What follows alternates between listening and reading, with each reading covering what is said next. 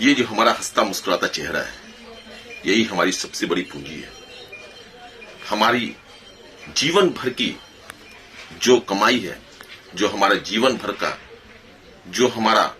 कृतित्व है, ये हमारा हंसता मुस्कुराता चेहरा है। अगर हम जीवन में कुछ भी करें, लाख जतन कर लेते हैं, लेकिन हमारे चेहरे पर अगर वो हंसी, वो मुस्कुराहट, वो तेज, वो ऊर्जा जो दुनिया समाज अपने बेगाने जो भी है, वो अगर हमें देख करके खुश नहीं होते, उनके खुशी का कारण हम नहीं बन पाते,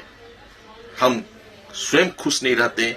और दूसरों को भी अगर हम खुशी नहीं दे पाते, तो समझ लीजिए कि हमारा जीवन व्यर्थ जा रहा है। हमने अपने जीवन में कुछ कमाया ही नहीं। मैं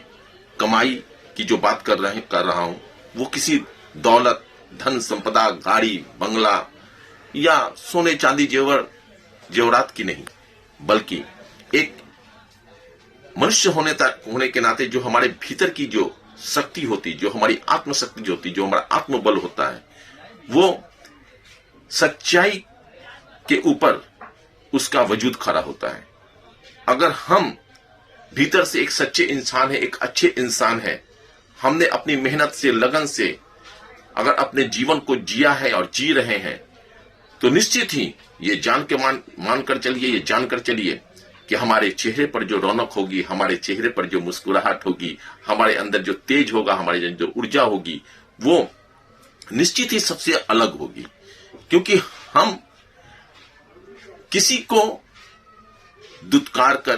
किसी का नुकसान करके, किसी के साथ में गलत करके, किसी का बुरा सोच करके हम ये हासिल कर ही नहीं सकते हैं। हमारे चेहरे पर वो तेज, वो हंसी, वो मुस्कुराहट, वो खूबसूरती आ ही नहीं सकती है अगर हमारे मन में पाप होगा, हमारे मन में गलत होगा, हमारे मन में दुराचार होगा, हमारे मन में घृणा होगी, द्वेष होगी, हमारे मन में क्रोध होगा। इसलिए हम सबको लगातार प्रत्येक दिन ईश्वर से प्रार्थना करनी चाहिए और ये यत्न करना चाहिए कि हम हरगिज भी, कभी भी, किसी भी रूप में, किसी के साथ में भी हम कोई भी अन्याय ना करें, कोई भी हम ऐसा काम ना करें जिससे किसी को नुकसान होता हो, किसी को तकलीफ पहुंच सकती है। क्योंकि ये जीवन की जो प्रक्रिया है, ये जो संसार की जो प्रक्रिया है, ये सब कुछ निर्भर करता है इस बात पर कि हम जो दूसरे को देते हैं, जो हम दूसरे के विषय में सोचते हैं, ठीक वही चीज हमारे पास में फिर लौट करके आता है। तो आज अगर हम किसी को दुख पहुंचा रहे हैं, हम किसी को कष्ट पहुंचा रहे हैं, हम किसी को पीड़ा दे रहे हैं, हम किसी को वेदना, हमारे कारण किसी को वेदना हो रही है, तो ये निश्चित जानकर चलिए आज नहीं तो कल हमें भी इसी दुख से दो चार होना पड़ेगा। इसलिए हम सभी का ये प्रयास होना चाहिए, हम सभी को ये सोचना चाहिए, हम सभी को इस हिसाब से जीवन जीना चाहिए कि हमारे कारण किसी को कोई तकलीफ नहीं हो, हमारे कारण किसी को कोई पीड़ा ना हो, हमारे कारण किसी के भी कोई आघात, कोई ठेस न पहुंचे। और अगर हम ऐसा सोच करके जीवन जीते हैं, अगर हम इस रास्ते को मान करके इस रास्ते पर चलने का प्रयत्न करते हैं, तो निश्चित जान के चलिए कि हमारे चेहरे पर एक अलग ही अनुभूति होगी, हमारा जीवन